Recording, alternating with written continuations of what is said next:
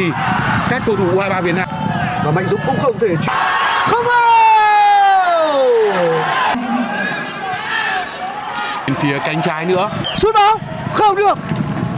còi từ phía trọng tài Araki.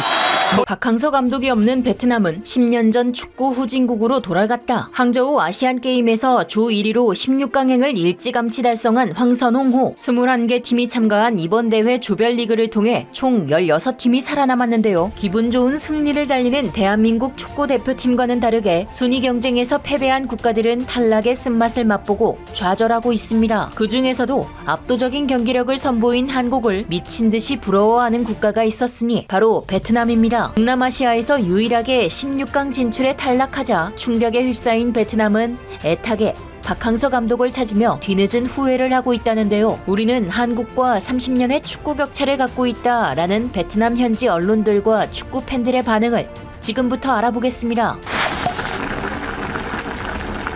항저우 아시안게임 3연패로 향하는 첫 관문을 3전 전승으로 기분 좋게 통과한 우리 한국 축구대표팀. 3경기를 치르며 무실점이라는 만점 성적표로 16강에 진출했는데요. 이런 우리 한국 선수들의 경기력이 조별리그 탈락의 고배를 마신 베트남에서 뜨거운 화제가 되고 있습니다. 쿠웨이트 9대0, 태국 4대0, 바레인 3대0 차례로 격파하고 조 1위로 승승장구하고 있는 한국과 달리 베트남은 이번 조별 예선에서 탈락한 유일한 동남아시아 팀이기 때문이죠. 첫 경기 때는 아시아 최약체라 평가받는 몽골을 4대2로 간신히 이기고 다음 미란전에서는 0대4로 대패하는 처참한 경기력을 보여준 데에 이어 마지막 사우디아라비아는 2대3으로 패배한 베트남. 조 3위로 최하위를 기록하며 16강 진출이 무산되자 충격에 휩싸인 상황인데요. 사실 베트남이 아시안게임에서 패배하는 것이 뭐 그리 큰일이냐 생각하실 수도 있지만 박항서 감독이 베트남을 이끌고 출전한 2018 아시안게임에서는 조별리그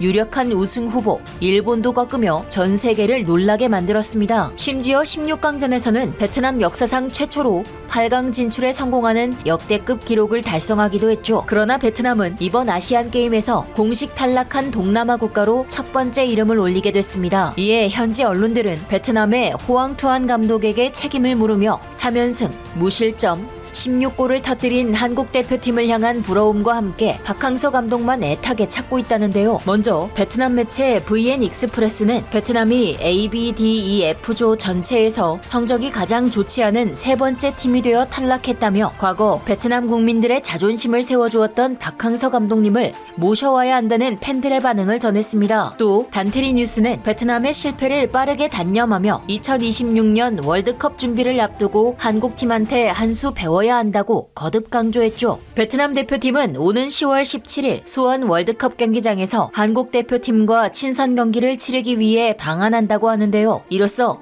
손흥민, 이강인, 황희찬 등 아시아 최고의 축구 스타들을 만날 기회를 갖게 됐다며 통계를 보면 이들은 피파 랭킹에 그대로 반영된 것처럼 베트남 대표팀보다 수준이 높은 상대들인데 한국과의 친선 경기는 베트남 대표팀이 2026년 피파 세계 예선 2차 예선을 대비할 수 있는 매우 질 높은 연습이 될 것이라 보도했죠. 라오동 뉴스 역시 호앙투안 감독이 아시안게임 실패에 대한 책임을 인정하는 편지를 썼다는 기사를 통해 현재 베트남 대표팀이 학생들 수준임을 솔직하게 평가했다고 전하는 한편 박항서 감독의 복귀 가능성에 대해 언급하기도 했습니다. 이처럼 지금이라도 박항서 감독을 모셔와야 한다고 여론이 들끓는 상황. 이것은 동네북으로 전락해버린 베트남 축구의 현실에 좌절한 축구 팬들 역시 마찬가지입니다. 해당 기사들에 달린 베트남 네티즌들의 반응을 한번 살펴볼까요? 박항서 감독이 떠난 후 베트남이 이렇게까지 될지 몰랐다. 감독보다 선수들이 더 문제다. 박 감독님 너무 그리워요. 박항서 감독은 베트남 축구의 전설입니다. 적어도 박항서 감독이 있을 때 베트남은 너무 기뻐서 잠 못 이루던 밤을 보냈다. 특히 축구는 승패가 있는 스포츠이기 때문에 몇 번의 패배만 보고 비판할 수 없지만요. 호앙투안이나 트루시에가 박 감독처럼 팬들을 잠 못 들게 하는 승리를 거둔 적 있습니까? 가장 기본적인 것은 나를 알고 남을 알라인데 코치가 못하면 이걸 누가 가르쳐 주겠습니까? 무엇을 가르치고 어떻게 가르친단 말입니까? 아니면 영원히 혼란 속에 갇혀 살아야 합니까? 박항서 감독님의 리더십 밑에서는 아시아 또는 서아시아 팀을 상대로 승리하거나 무승부를 거둘 것이라는 희망이 있기라도 했지만 호앙투안 앞에서는 꿈도 꾸지 마시죠. 여기서 중요한 점은 현재 베트남 선수들의 신체 조건과 기술을 고려할 할 때 기존 박항서 감독의 플레이 스타일을 적용하는 것이 가장 합리적이라는 사실입니다. 우리는 동남아 몇몇 국가를 상대로 공을 갖고 공격할 수 있는 능력밖에 없고 아시아 전체를 놓고 봤을 때 우리는 아무것도 아닙니다. 이란이나 사우디, 한국, 일본을 상대로 공격적인 플레이를 할 필요가 있어요. 공을 컨트롤하거나 공격적인 플레이를 해야 한다는 것 기억하세요. 이란, 한국과 같은 강한 팀을 상대로 멋진 모습을 보여야 합니다. 호황투어는